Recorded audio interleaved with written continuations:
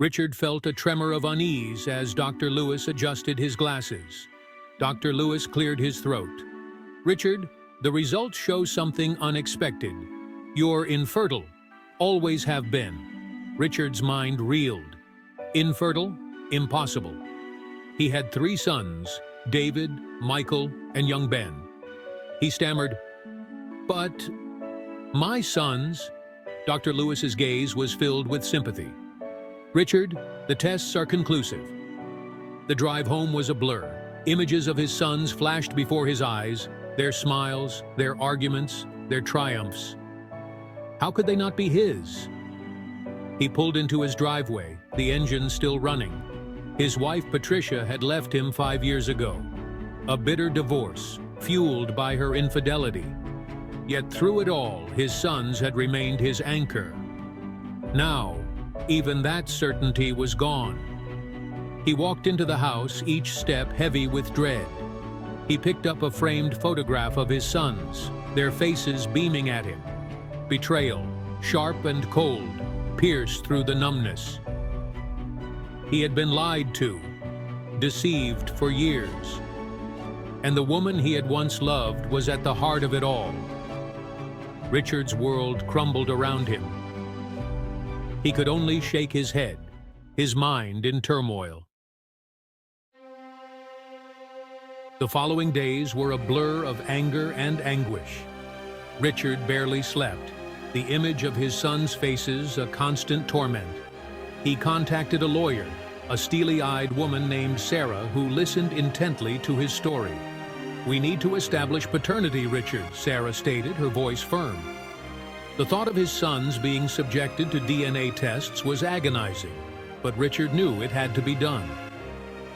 The results arrived on a rainy Tuesday afternoon. Richard stared at the report, the words blurring through his tears. None of the boys were his. 0% probability for each one. His sons, his blood, were not his at all. The betrayal cut deeper than he could have imagined. He thought back to his marriage, to Patricia's frequent business trips, to the whispers he had dismissed as baseless jealousy. He picked up his phone, dialing Patricia's number with trembling fingers. "Patricia," he choked out, "we need to talk about the boys." Patricia's initial reaction was a cold, calculated denial. "I don't know what you're talking about, Richard. The boys are yours." But Richard could hear the tremor in her voice. "I know about the DNA tests.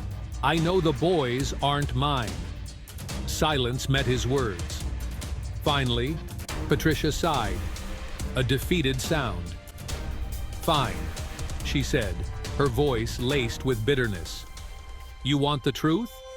You can't handle the truth." The call ended abruptly, leaving Richard in stunned silence. The legal battle was grueling. Patricia, despite her initial confession, fought tooth and nail, hiring a ruthless lawyer who painted Richard as an uncaring absentee father. Richard, however, refused to back down. Fueled by a combination of anger and a deep sense of betrayal, he was determined to expose the truth and seek justice for the years of deceit. Sarah, his lawyer, proved to be a formidable ally. She meticulously dismantled Patricia's claims, presenting evidence of Richard's financial support and involvement in his sons' lives. The court proceedings were emotionally draining, forcing Richard to relive years of memories through the lens of betrayal. Yet he remained steadfast, his gaze never wavering as he testified against the woman who had shattered his world. Richard's resolve was unbreakable. The legal battle raged on for months, each hearing chipping away at Richard's emotional armor. In the end, the judge ruled in his favor. It was a victory, but it felt hollow. The money meant nothing. It couldn't erase the betrayal, the shattered image of his family.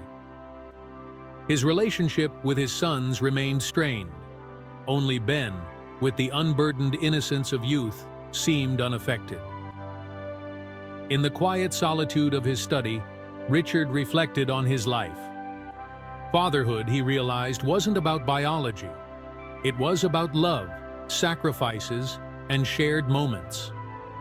The road ahead wouldn't be easy, but Richard was determined to forge a new path. Through the ashes of betrayal, he found a glimmer of hope.